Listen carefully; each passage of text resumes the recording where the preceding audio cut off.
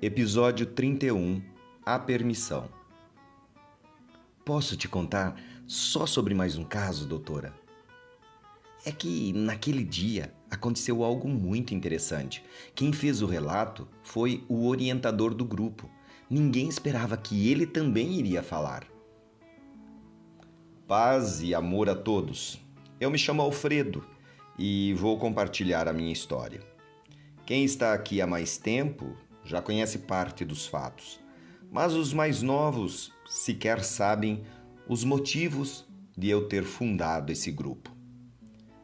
Costumo chamar de episódios esses nossos encontros, porque aqui cada um de nós revela ou descobre como o roteiro de nossas vidas deve continuar a ser contado.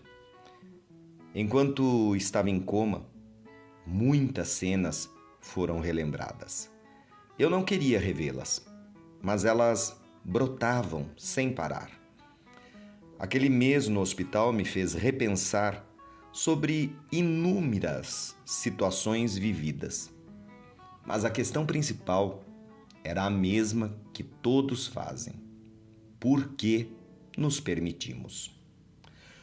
Ontem, por exemplo, ouvimos ao final da história exatamente essa pergunta. E eu gostaria de complementar com algumas reflexões. Por que nos permitimos viver o egoísmo alheio? Por que nos permitimos ficar calados diante de injustiças? Por que nos permitimos ser violentados mental e fisicamente? Por que nos permitimos ser escravizados de todas as formas? Por que nos permitimos disfarçar sentimentos?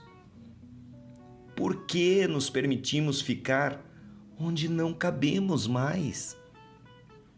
Por que nos permitimos sentir o que é o diminutivo humano? Meu irmão mais velho sempre foi extremamente violento comigo. Quando criança, se comentasse com meus pais, ou ele me privava das brincadeiras, escondia meus brinquedos, ou me batia mais e fazia jurar silêncio para que eu não tivesse represálias ainda piores. As ameaças eram constantes e eu fazia tudo o que ele queria por medo. Creio que aquela frase dos meus pais, vocês são irmãozinhos e precisam se amar, se dar bem, fortalecia essa minha obrigação de ser o garoto bom e amável, que não contradizia e nem revidava, principalmente porque eu era o adotado. Isso tinha um peso, confesso. Meus pais nunca fizeram diferença alguma. Entretanto, reforçavam que eu tinha de ouvir o meu irmão por ele ser o mais velho.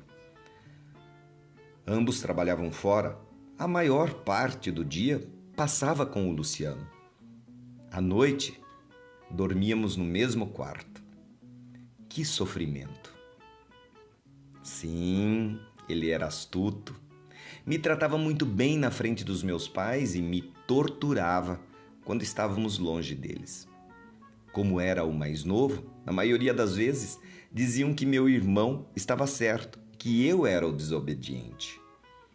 Na escola, ele sentia vergonha por eu ser mulato. Os amigos da classe dele ainda ajudavam no bullying. Não era normal o que ele fazia comigo. Dizia que eu não era o filho legítimo, que não ia ficar com nada do que era dele.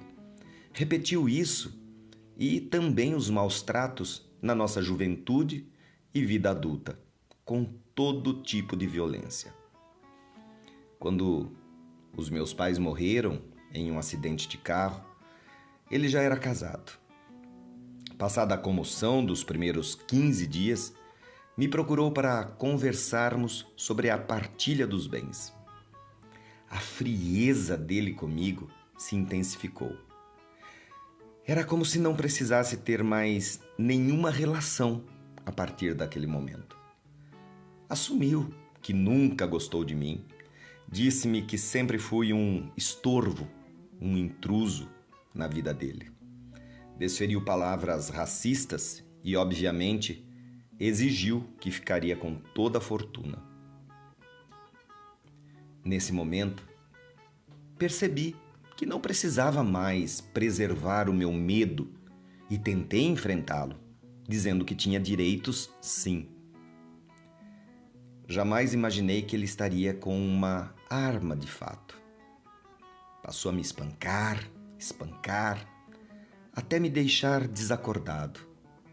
Depois, deu um tiro na minha cabeça, que me deixou com essas sequelas que causam lentidão nos movimentos do lado esquerdo.